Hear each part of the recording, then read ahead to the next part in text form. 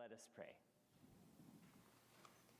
Oh God, may the words of my mouth and the meditation of all of our hearts be acceptable in your sight, you who are indeed our rock and our redeemer. Amen. Well, this reality TV show's premise was simple. A single man or woman would be given a choice of three other singles whom he or she could talk with but not see.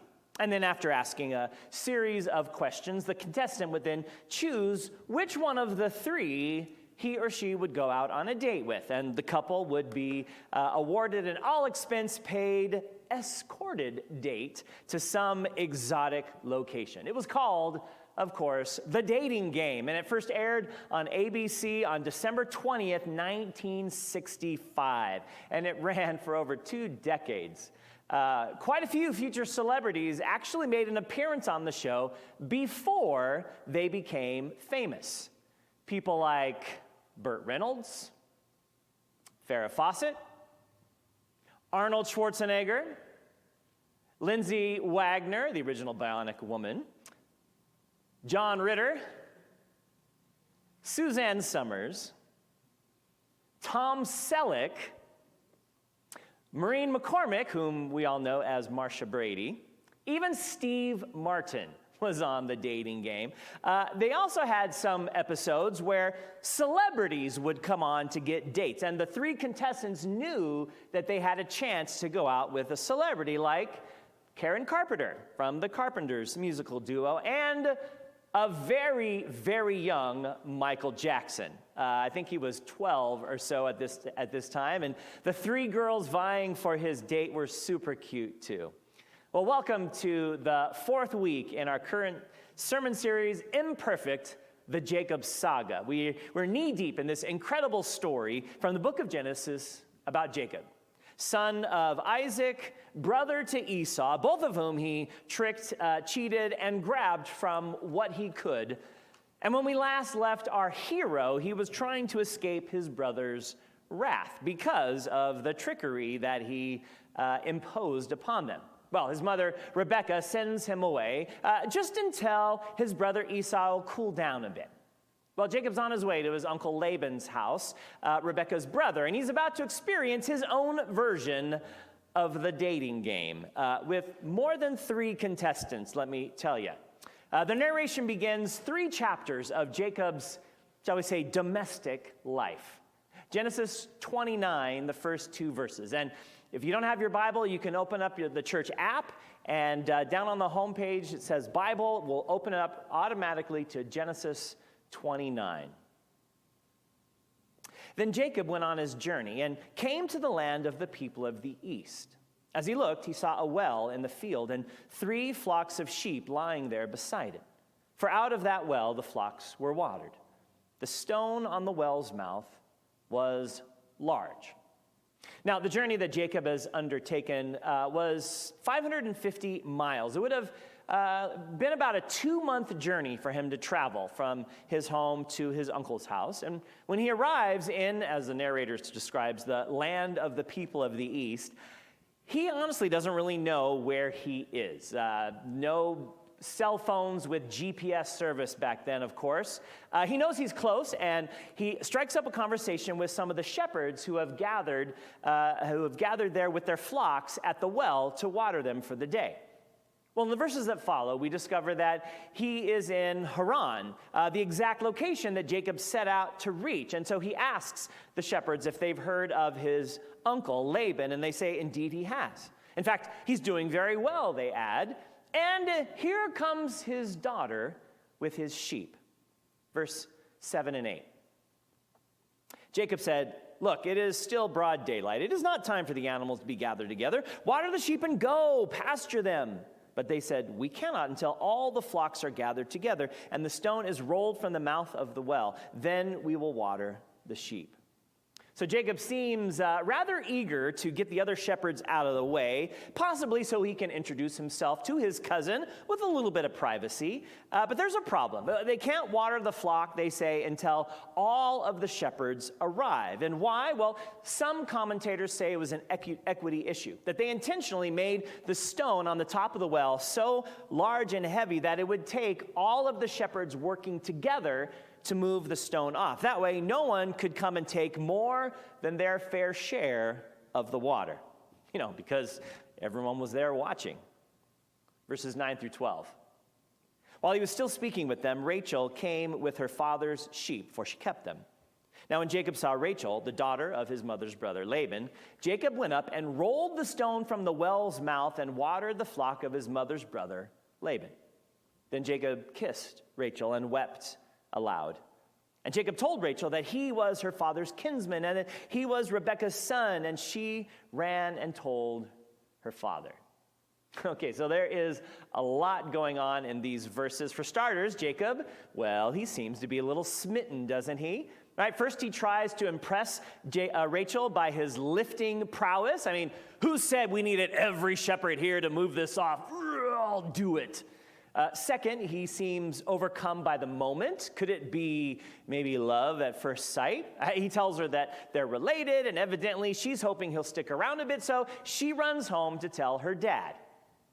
And we wonder, is this a new side of Jacob that we've never seen before? This tender, sensitive, in touch with his emotions Jacob, kisses and tears Jacob.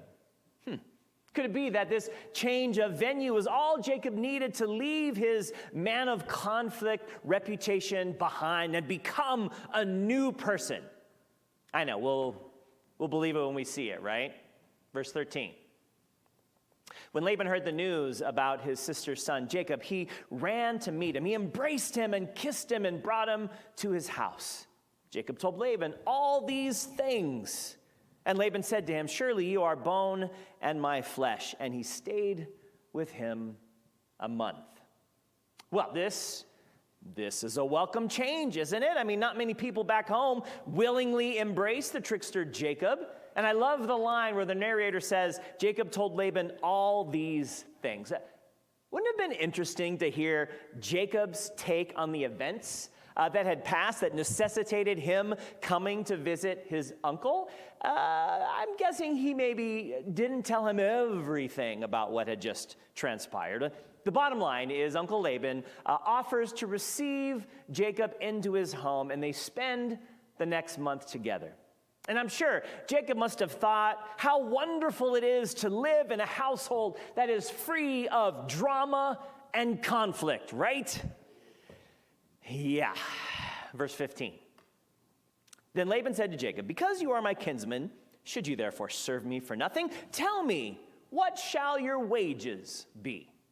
So evidently Jacob was helping around the house during that month, right?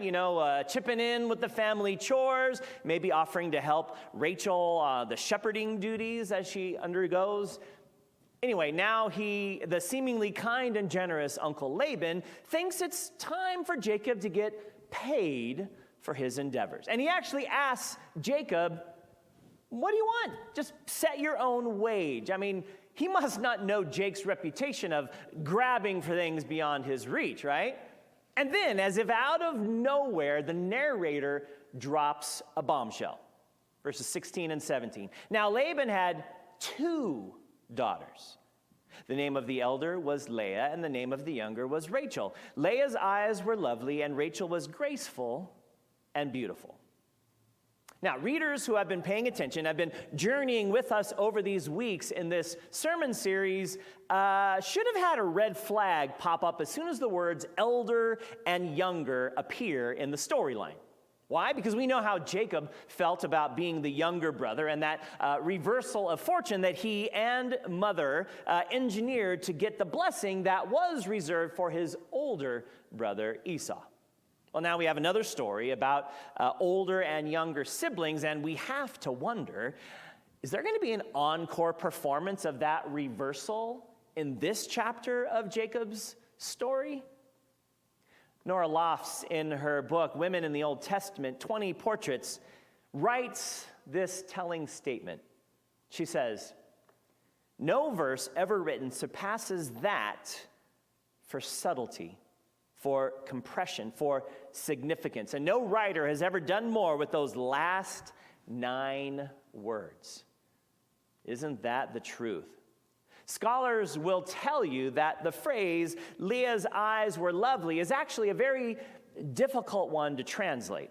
In fact, they don't know exactly what it means in the original Hebrew. The King James Version reads, "Leah was tender-eyed, but Rachel was beautiful and well-favored." The NIV reads, "Leah had weak eyes, but Rachel had a lovely figure and was beautiful." The Message reads, "Leah had nice eyes, but Rachel was stunningly beautiful."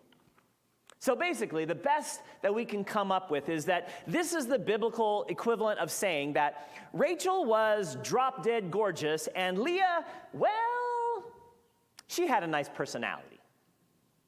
Biblical scholar Gerhard von Rad, in his Old Testament library commentary on Genesis, shares an interesting insight about their names. Leah comes from the Akkadian word for cow, while Rachel means ewe, E-W-E, or a female sheep. Now, to our modern ears, calling someone a cow has, well, pretty negative connotations, wouldn't you say? But back in the day, a related meaning of the word was actually strong. Scholars believe the names may have preserved the cultural and historical traditions of the people, that Leah's descendants were cattle ranchers, and they lived in Palestine longer than Rachel's tribes, who were shepherds. Nevertheless, although Leah's name meant strong, the only thing that's said about her is that her eyes were weak, or tender, or lovely, or nice, or whatever translation you happen to be reading. Like I said, it's really hard to translate. Rest assured, though, it was not meant to be a compliment. No, it was meant to be a contrast to her name. So Uncle Laban asks Jacob what he's willing to work for, and guess what he chooses? I'll give you a hint. It's not $20 an hour with medical and dental thrown in. No. Verse 18. Jacob loved Rachel. So he said, "I will serve you 7 years for your younger daughter, Rachel." Laban said, "It is better that I give her to you than I should give her to any other man. Stay with me." So Jacob served 7 years for Rachel, and they seemed to him but a few days because of the love he had for her. In biblical times, it was a common notion that daughters were a possession, an item of property that could be transferred from one owner, usually a father, to another owner, usually a husband, without further ado. In fact, that's where we get the traditional wedding question, who gives this woman away? It goes back to the understanding that women were property. Well, commentators have rightly noted that Jacob's offer to work for 7 years, that is an extremely generous offer. In fact, he didn't try to barter or negotiate. He didn't lowball his uncle. No, he just started out with something so outrageous that even the stingiest father couldn't refuse. 7 years of labor. And by agreeing to those terms, Uncle Laban could also guarantee that his youngest daughter would stick around the house for at least 7 more years, while his future son-in-law worked off her payment. A deal has been struck, and now all that's left is for Jacob to work those aforementioned 7 years of hard labor. But notice the extremely touching sentiment that the author tags on to the end of the marriage arrangement passage. So Jacob served 7 years for Rachel, and they seemed to him but a few days because of the love that he had for her. And this is where everyone says, "Aw, yeah." So between verses 20 and 21, 7 years pass. Just like that. We don't get any details about it. It's just gone. And it seems that Jacob and Rachel are pleased at the direction this is heading, that Laban is pleased because he gives his daughter to a family member and he gets 7 years of free labor. And we can only assume that big sister Leah is also happy for her younger sister, who has now found the love of her life. Verse 21. Then Jacob said to Laban, "Give me my wife, that I may go into her, for my time is completed." So Laban gathered together all the people of the place and made a feast. In the ancient Near East, weddings lasted a week in length. They started with a feast, lots of eating and drinking. The husband and wife then that evening would consummate the relationship, and 6 more days of partying and celebration would follow. And if this were a Hallmark Channel movie of the week, this wedding would be the final 15 minutes of the 2-hour film, right? When we get to see the tear-inducing wedding celebration after having an hour and 45 minutes of the courting. But as we're about to see, this is definitely not a Hallmark Channel movie of the week. Verses 23 and 24. But in the evening, Laban took his daughter Leah and brought her to Jacob, and he went into her. Laban gave his maid Zilpah to his daughter Leah to be her maid. When morning came, it was Leah. And yes, you heard that right. Laban employed the ultimate bait and switch tactic. Now, traditionally, the bride, heavily veiled, would be brought into the groom's tent in the evening where they would consummate their relationship while the rest of the wedding party and the guests would wait outside for that to take place. And whether Jacob had, well, maybe drunk a little too much wine that night, or it was just really, really dark, he didn't figure out the old switcheroo until the morning. Now let's just take a moment to let the gravity of what has just taken place sink in, right? And I want to give credit once again to Nora Lofts, whose insight is amazing. Let's start with Rachel, the stunningly beautiful one, the one who's probably had people fawn and admire her entire life, right? She had to have known about her father's plan. I mean, at least when it came to the time for the procession into the wedding chamber, she found out, oh, no, you won't be going there tonight. And so she went to her own bed knowing that her sister was consummating a relationship with her boyfriend, Jacob. Yet she didn't utter a single word of protest, at least none that the storyteller included. Could it be that maybe she knew there would always be other men interested in her? We don't know. Leah must have known that morning would come and the greatest of all humiliations would await her, and yet she seems willing to take that risk, swinging between the remote but glorious possibility that after that night, Jacob would love her, Leah, for herself, rather than the probability that in the morning he would loathe her. We can only assume that both sisters knew about their father's unscrupulous plot, and both went along with it from the start. Maybe Leah was also in love with Jacob those 7 years. Nora Lofts puts it this way: it is conceivable that Leah, believing, like all creatures in love, that love must beget love, and that she had thought that if she could just get Jacob to herself, out of the family circle, out of the range of Rachel's beauty, she would be able to prove to him that she was the woman for him. So she lay and waited for him in the darkness, and she had him to herself for the whole of that wedding night. And that night saw the death of all hope of supplanting Rachel in his heart. It was not to be. Verse 25, when morning came, it was Leah. And Jacob said to Laban, "What is this you've done to me? Did I not serve you for Rachel? Why then have you deceived me?" And it's a reasonable question, don't you think? But then again, we have to remember who's asking the question. Jacob, right? This is the, "Yes, Father, I am your oldest son, Esau," Jacob. This is the goat-skinned arms and neck dressed up in my brother's clothes to deceive you, Father, Jacob. This is the, I'll trade you your birthright for some red stuff, Jacob. Evidently, this is also the, what goes around comes around, Jacob. Laban launches into this explanation that, where we're from in our country, customs do not allow younger sisters to be married before older sisters. Yeah, that minor detail might have been helpful to mention during those 7 years that Jacob thought he was working for Rachel. By the way, in the ancient Near East, once a man and a woman slept together, whether there was a marriage ceremony or not, they were now married.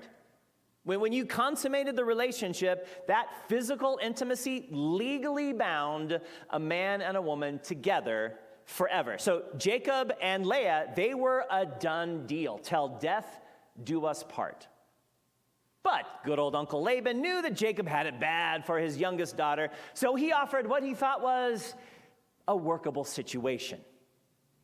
Verse 27.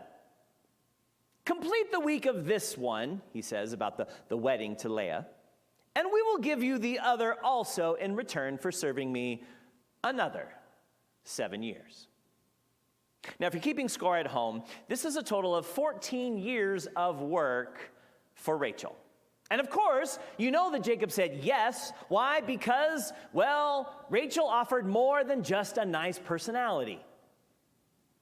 After Leah's honeymoon night, Leah still had 6 more days of uninterrupted time with Jacob, but as Nora Loft puts it so poignantly, those 7 days must have been amongst the most miserable of all of Leah's life of days. She had her husband's body, but she must have known that his mind was reaching forward to Rachel's bridal bed.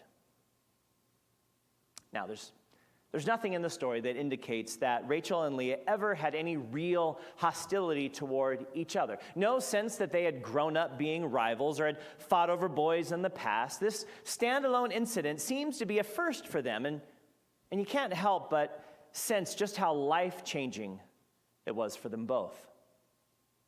Rachel, the stunningly beautiful one, gets to marry someone who will have put in 14 years of work just to have the right to marry her. And Leah, the one with a nice personality, gets 1 night of undivided attention and a lifetime of playing second fiddle. I mean, it just doesn't seem fair, does it? Then again, whoever said life was fair? Verse 28. Jacob did so and completed her week. Then Laban gave him his daughter Rachel as a wife. Laban gave his maid Bilhah to his daughter Rachel to be her maid. So Jacob went in to Rachel also, and he loved Rachel more than Leah. He served Laban for another 7 years. Singer-songwriter Rich Mullins, in the title song to his album, The World as Best as I Remember It, Volume 1, writes this in his lyrics. Jacob, he loved Rachel. Rachel, she loved him. And Leah, well, was just there for dramatic effect. Well, it's right there in the Bible, so it must not be a sin, but it sure does seem like an awful dirty trick. Yeah, you got that right, Rich. It sure does. Verses 31 and 32. When the Lord saw that Leah was unloved, he opened her womb, but Rachel was barren. Leah conceived and bore a son, and she named him Reuben, for she said, because the Lord has looked on my affliction, surely now my husband will love me. And in the next 27 verses that follow, we get into what could very well be called the baby wars.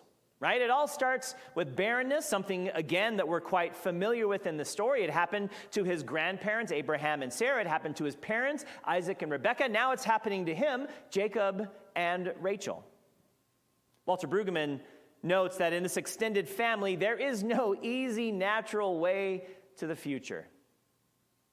God hears the lament of the unloved one, Leah, and opens her womb to provide the one thing that mattered most in the ancient Near East, at least when it came to marriages, and that is children. Now, they say you can't know the players without a program, and that's true for baseball, and it's true for the baby wars. Leah gives birth to 4 sons, one after another. Kathleen O'Connor, in her Smith and Helby's commentary on Genesis, notes that Leah becomes a theologian of her own life because the names she gives to her children testify that God works through these births in response to her life at each occasion. So, here is the program as we follow the progression of children born to Jacob. We know that the firstborn was Reuben, and even though his name literally means see a son, Leah, the theologian, says she names him that because the Lord has looked on my affliction, and surely now my husband will love me. It's a name that's reflective of her pain of being unloved and her hope that will now change because she has given her husband a son. It doesn't. Next comes Simeon. The name is related to the Hebrew word for to hear, because Leah says God has heard that she is hated. Son number 3 is Levi. Leah hopes that this will cause her husband to be joined with her. There's the connection between Levi and join. To finally love her and value her. Nothing in the narration says that son number 3 makes any difference. And then something very interesting happens between Leah's 3rd and 4th children. She no longer focuses on herself as the suffering victim, but instead she praises God in gratitude for what she has in life. Her 4th son she names Judah, a word that sounds similar to the Hebrew word for praise, and she says, "This time I will praise the Lord." What's especially interesting is that from these first 4 sons of Leah, Moses, David, even Jesus eventually spring forth. 3 of the most important figures in all of Israel's history. Now, at this point in the story, the narrator mentions how painful it is now for Rachel, the beloved one. She is desperate for a child. Kathleen O'Connor writes this: "Neither woman has what she believes she needs from this marriage arrangement. Leah wants Jacob's love. Rachel wants Jacob's children. And so the 2 sisters are pitted against one another in a conflict that continues for 2 fraught chapters." What follows is quite interesting. Rachel, unable to conceive, offers her maid Bilhah to become a surrogate mother for her. Now, this was something that was done in the ancient Near East. In fact, Jacob's grandparents, Abraham and Sarah, also, lived through a similar experience with Abraham and Sarah's maid, Hagar. That's how Ishmael was born. That's the uncle who Esau went and married his daughter, one of his daughters, at the end before Jacob left. Bilhah conceives and gives birth to Dan. But remember, that counts as being Rachel's child. The word Dan comes from the root word for judge, and Rachel believes that God has judged her to be innocent and open-hearted and thus worthy of a legal, though not biological, son. A second pregnancy with Bilhah produces Naphtali, from the Hebrew word for wrestling, which, if you think about it, is pretty much what Jacob's entire life has been about, right? From the moment he came out of the womb, grabbing on to his brother's heel, he's been wrestling, grabbing, and struggling for things in this life that he believes he deserves. Leah, who's stopped bearing children for some reason, figures 2 can play this surrogate game, and so she gives her maidservant Zilpah to Jacob, who of course conceives, and 9 months later, Gad is born. Gad brought Leah good fortune, thus she named him Gad.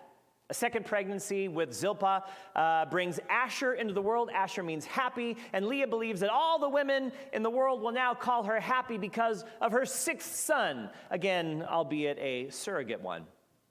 Now, a curious couple of verses describe a time when Leah traded some mandrakes to Rachel for another night with Jacob. Evidently, he didn't visit the unloved wife's tent very often. And in the ancient Near East, mandrake roots were believed to promote fertility. Well, whether or not this was true, that one night caused another pregnancy. And Issachar was born.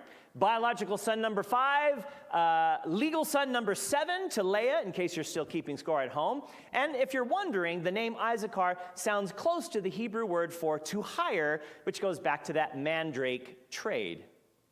But it seems that now the sisters have moved away from conflict. They start to show empathy to one another. And just for good measure, Leah produces another son, Zebulun, a name that captured her continued longing for Jacob's affections, which she still does not have.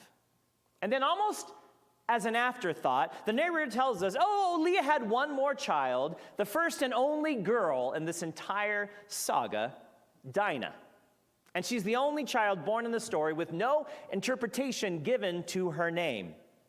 Although her name comes from the Hebrew word for strife or judgment, and those are both two things that her tumultuous life will be filled with. But Dinah's story is for another day and another time. So, if you add it all up on the scoreboard, that's 11 children, 7 from Leah, 2 from Bilhah, and 2 from Zilpah. Still, none from Rachel, the beautiful one. And then we get to Genesis 30, verse 22. Then God remembered Rachel, and God heeded her and opened her womb. She conceived and bore a son and said, God has taken away my reproach. And she named him Joseph, saying, may the Lord add to me another son. So the very first, thank you, sir, may I have another, says Rachel.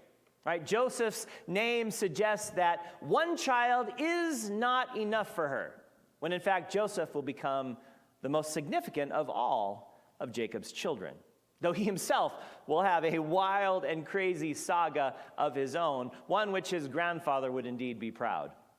So, there we go.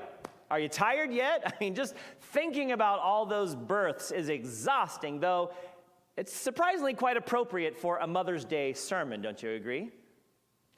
Not exactly the kind of biblical family values, though, that you think of when someone uses that phrase, biblical family values. I guess it just goes to show that the Bible has quite a variety of stories within its pages.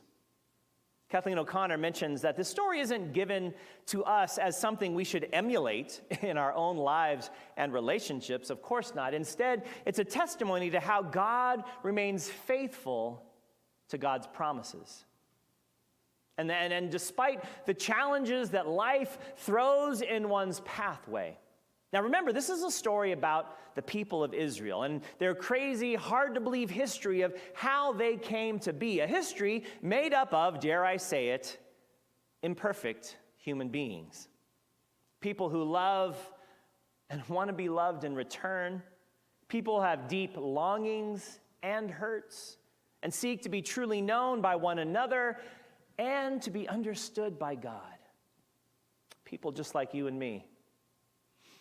It should, however, cause us to think about our own longings in life and possibly re-examine what it is we think we need in order to be truly happy and fulfilled.